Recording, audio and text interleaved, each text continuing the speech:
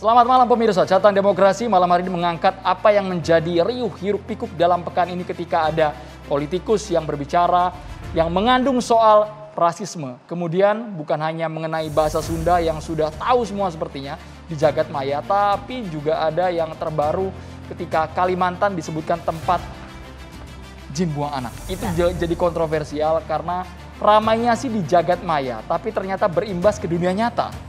Karena kalau kita melihat tidak hanya sejumlah tokoh politik saja, tapi juga beberapa tokoh lainnya kemudian menggunakan diksi-diksi yang seharusnya tidak dipergunakan dengan baik di media sosial yang dampaknya justru dirasakan dan juga menyakiti hati sejumlah masyarakat. Banyak juga laporan yang kemudian diajukan ke pihak kepolisian mengenai hal ini. Tapi apa sih sebenarnya yang membuat ramai ini? Nah, kita coba tampilkan terlebih dahulu kemarin salah satu jurnalis senior, ini Edi Mulyadi juga kemudian diduga melakukan ujaran kebencian dengan tadi yang Anda sampaikan, yaitu menghina ibu kota negara Kalimantan Timur dengan sebutan jin buang anak atau terlalu jauh begitu istilahnya. Kita lihat terlebih dahulu.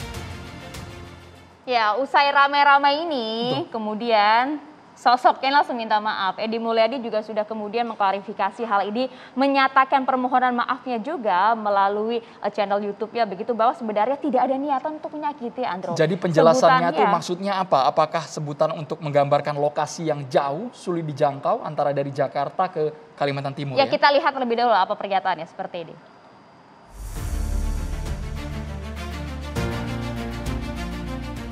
Ucapan, itu Kalimantan begini lengkapnya nih. Kita ini punya tempat bagus, mahal di Jakarta.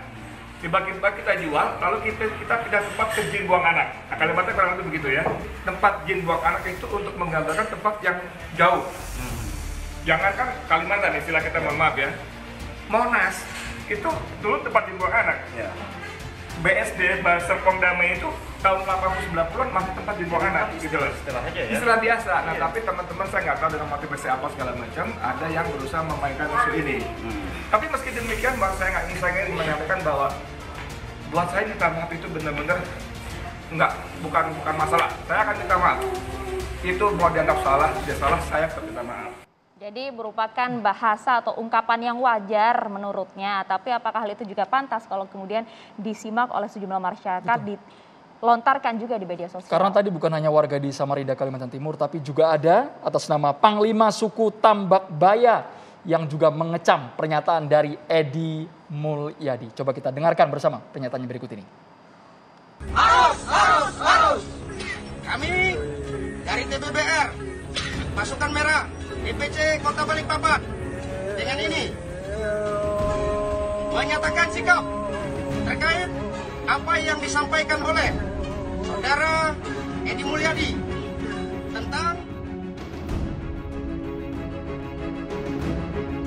saya Panglima Tambak Baya Titisan Pengaburu Kalimantan mengutuk keras sekaligus menentang Saudara Edi Mulyadi supaya datang ke Kalimantan untuk mempertanggungjawabkan perbuatan dan komentarnya yang pilar di media sosial, supaya ketemu dengan saya Panglima Tambak Baya Titisan Panglima Burung Kalimantan Barat. Apabila dalam 1 kali 24 jam tidak disikapi, maka kami akan mengambil sikap tegas terhadap Edi Mulyadi sesuai dengan dan tata cara budaya adat kami. Jadi ramai ya, kemana-mana begitu dampaknya. Itu tadilah, mulutmu adalah harimaumu. Tapi sebenarnya tidak hanya Edi Mulyadi saja yang juga sempat ramai beberapa waktu terakhir, adalah juga Arteria Dahlan yang kemudian kalau misalnya kita lihat juga pada saat dalam raker begitu ya di DPR ingin melakukan pemecatan terhadap Kajati Jabar karena menggunakan bahasa Sunda, Andro. Salahnya apa dengan bahasa Sunda? Meskipun ujungnya saat ini Arteria Dahlan sudah dipanggil MKD, kemudian juga sudah melontarkan permintaan maaf. Coba kita simak bersama, ini yang menuai banyak sekali kecaman pernyataan politikus PDIP Arteria Dahlan berikut ini.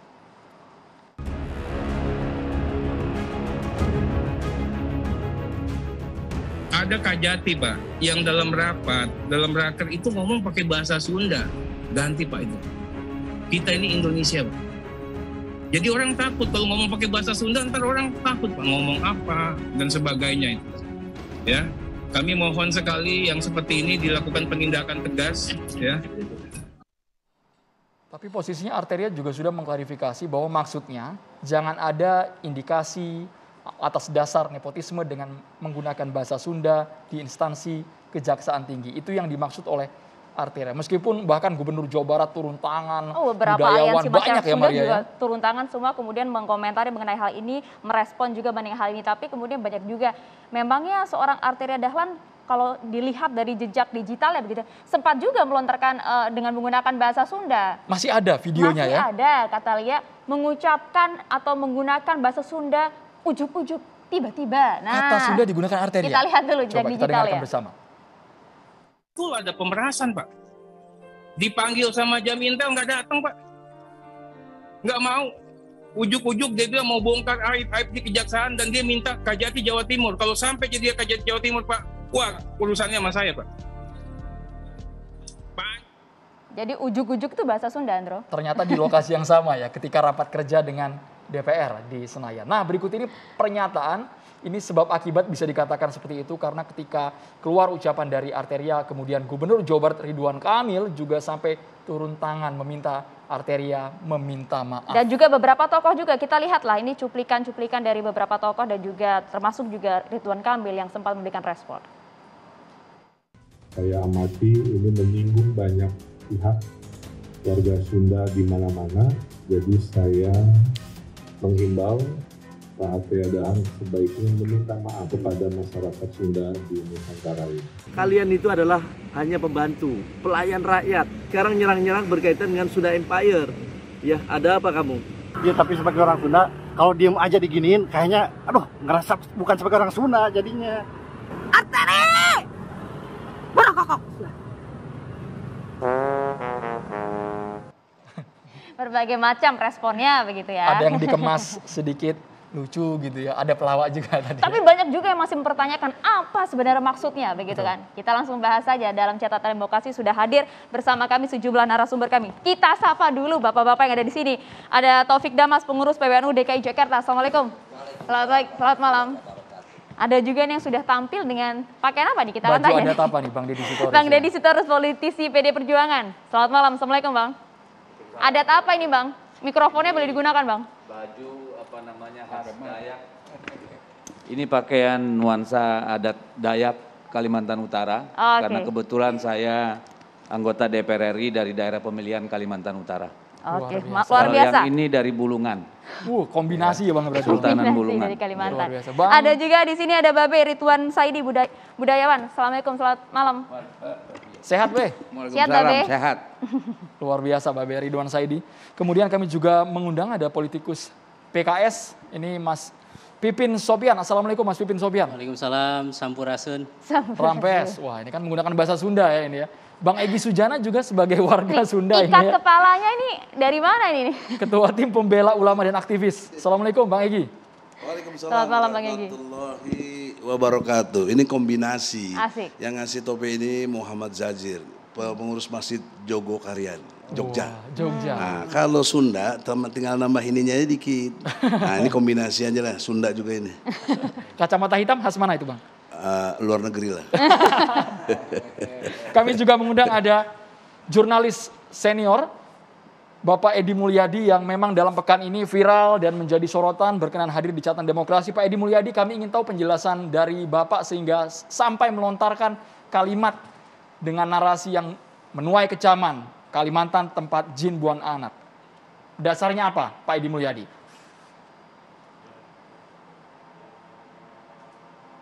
Ya, terima kasih banyak ya Andromeda Maria. Kesempatan malam ini saya ingin memulai dengan kembali menyatakan permohonan maaf yang sebesar-besarnya, sedalam-dalamnya kepada masyarakat Kalimantan atas ucapan saya yang ternyata telah menyinggung, menyakiti teman-teman saya, saudara-saudara saya di Kalimantan. Saya betul-betul mohon maaf. Apapun yang terjadi itu salah saya. Yang pertama ya. Yang kedua, kalau ditanya kenapa saya mengutarakan itu, ini memang terjadi semacam miskomunikasi, salah pemahaman, salah paham. Jadi ketika saya mengucapkan itu adalah yang kita tahu itu hanya ungkapan yang tidak memiliki makna yang hakiki, lebih pada kiasan. Bahkan TV One sendiri malam ini menggunakan judul ujaran kebencian dari bahasa Sunda hingga jin buang anak. TV One memberikan tanda kutip di kata jin buang anak ada tanda kutip.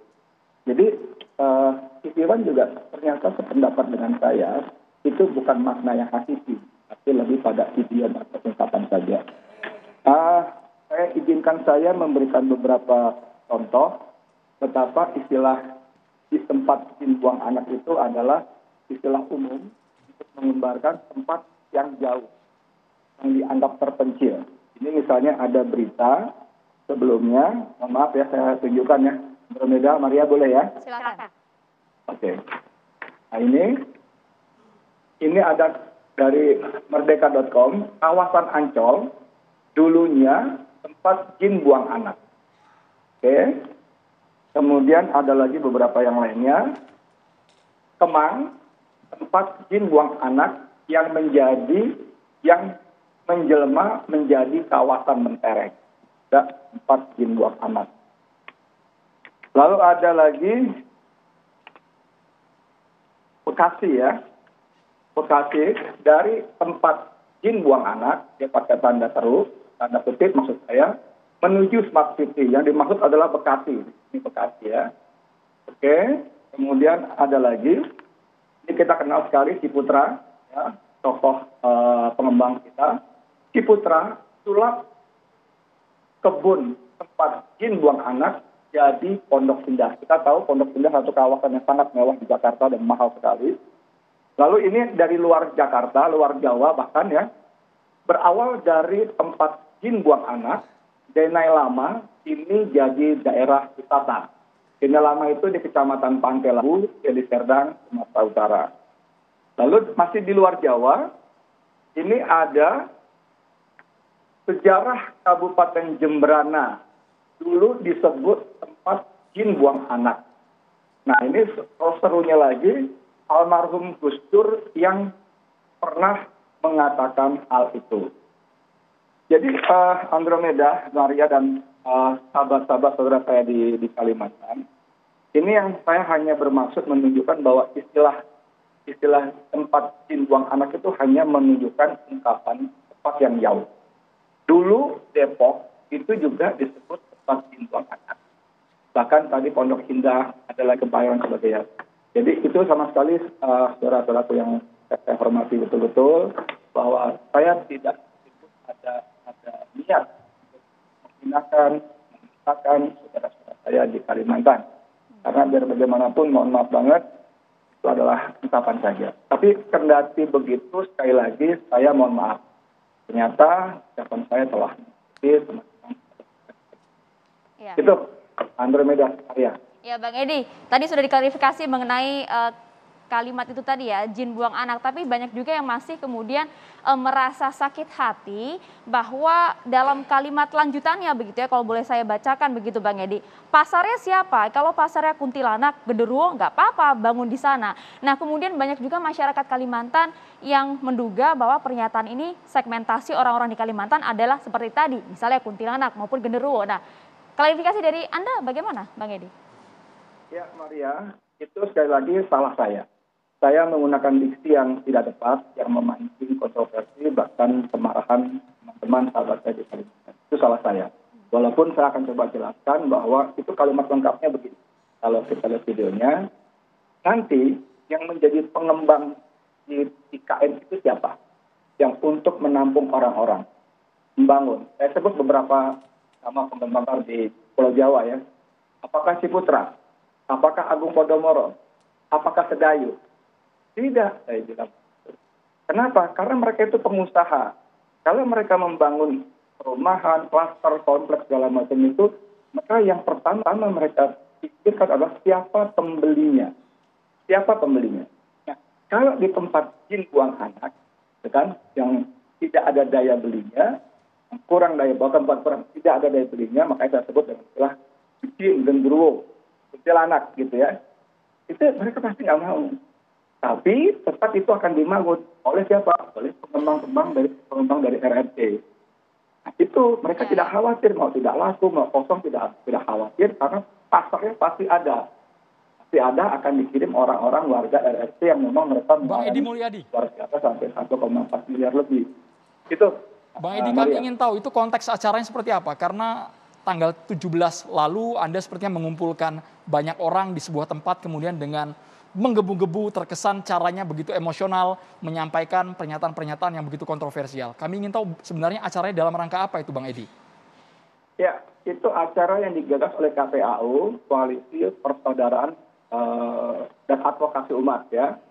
KPAU mengundang saya sebagai jurnalis CNN untuk kita bicara menyikapi tentang IKN di ibu kota negara yang tanggal 18 kita dengar akan diketok palu dalam sidang paripurna. Kita sebetulnya kalau lihat dalam durasi press conference yang per 2 jam itu dipaparkan kenapa IKN itu harus ditolak. Yang pada intinya itu hanya proyek memuaskan kepentingan oligarki saja. Pak Edi, ada pertanyaan dari Pak Taufik Damas ini, narasumber di studio. Silakan Pak Taufik. Apa itu tadi Pak Edi yang tanggal 17 kemarin itu? Gimana Pak? Tadi nggak kedengeran penjelasannya acara apa itu? Itu press conference. Itu press conference pernyataan sikap yang diselenggarakan oleh KPAU, Koalisi Persaudaraan dan Advokasi Umat. Saya diundang satu jurnalis untuk memberikan pendapat-pendapat seputar IKN yang RUU-nya akan diketuk esokan hari tanggal 18 Februari. Oke, Bang Edi, kemudian kan dampaknya ternyata tidak disangka begitu ya, cukup luas. Sejumlah masyarakat turun ke jalan begitu. Tidak hanya di wilayah Kalimantan saja, tapi juga di Jakarta. Respon Anda? Ya, saya ulangi lagi, saya minta maaf, betul-betul minta maaf. Karena biar bagaimanapun saya dikasih jalan apapun, itu salah saya. Itu salah saya, walaupun tadi saya katakan itu hanya ungkapan untuk menggambarkan tempat yang jauh. Tapi saya minta maaf telah menimbulkan hal-hal yang sungguh sangat tidak diharapkan. Bang Edi, tapi kan ini nasi sudah menjadi bubur Bang. Banyak juga yang melaporkan, ada dari mengatasnamakan partai politik, ada juga yang dari mengatasnamakan ormas lintas aliansi. Ini gimana Bang? Meminta Anda diproses hukum? Ya, saya kira itu bagian dari risiko yang harus saya tanggung dari kesalahan yang saya buat. Itu Andromeda. Oke. Rencana akan berkunjung ke Kalimantan juga kah Bang Edi? Belum tahu nanti bagaimana perkembangan. Kalau misalnya memang nanti seharusnya begitu, ya kemungkinan saya akan berkonsultasi dengan teman-teman, apakah perlu dan sebagainya. Tapi pada prinsipnya saya akan lakukan apa saja sepanjang itu bisa memenuhi kesalahan saya. Kalau untuk proses hukum Pak Edi Mulyadi, apakah Anda ingin mungkin... Begini, kalau proses hukum, kalau itu memang dikategorikan pelanggaran hukum, tentu saya siap untuk bertanggung jawab kesalahan saya. Walaupun tadi saya menegaskan bahwa tidak ada tujuan menghina, cuma adalah menggunakan diksi yang tidak tepat. Oke, mungkin ada yang ingin bertanya? Narasumber silakan. Oke, sudah cukup jelas. Tapi sebenarnya juga banyak juga yang kemudian berkomentar begitu. Dan sejumlah partai politik juga ada yang mengait-kaitkan Anda dengan tahun 2019 pada saat Anda mencalonkan diri sebagai caleg dari salah satu partai PKS begitu. Ya, itu sudah dijelaskan oleh Dr. Hidayat Nur Wahid, ya, salah satu, kalau nggak salah, wakil ketua Dewan Syuro atau apa ya. Dan seperti penjelasan beliau itu betul bahwa saya tahun 2019 memang menjadi caleg PKS, tapi dari unsur eksternal. Jadi sebelumnya saya sama bukan anggota, apalagi itu PKS, tapi dari unsur eksternal saya nanti sebagai caleg untuk DPR RI Dapil 3 Jakarta, Jakarta 3, itu wilayah pemilihannya Jakarta Barat, Jakarta Utara, dan Kepulauan Seribu. Itu ternyata memang belum berhasil. Pak Edi Mulyadi, sekali lagi penegasan pernyataan Anda ini atas nama pribadi atau atas nama kelompok tadi, advokasi pembela umat tadi Pak sebenarnya? Oh ini pribadi, ini pendapat saya, pernyataan saya pribadi, karena kesalahan saya. Baik, terima kasih banyak jurnalis senior FNN, Bapak Edi Mulyadi, sudah membuka catatan demokrasi. Nanti kita minta tanggapan dari sejumlah narasumber karena Pak Edi mengaku menyesal, meminta maaf dan sudah mengklarifikasi tadi ya. Kita akan hadir lagi usai jeda saat lagi. Tetaplah bersama kami di Catatan Demokrasi.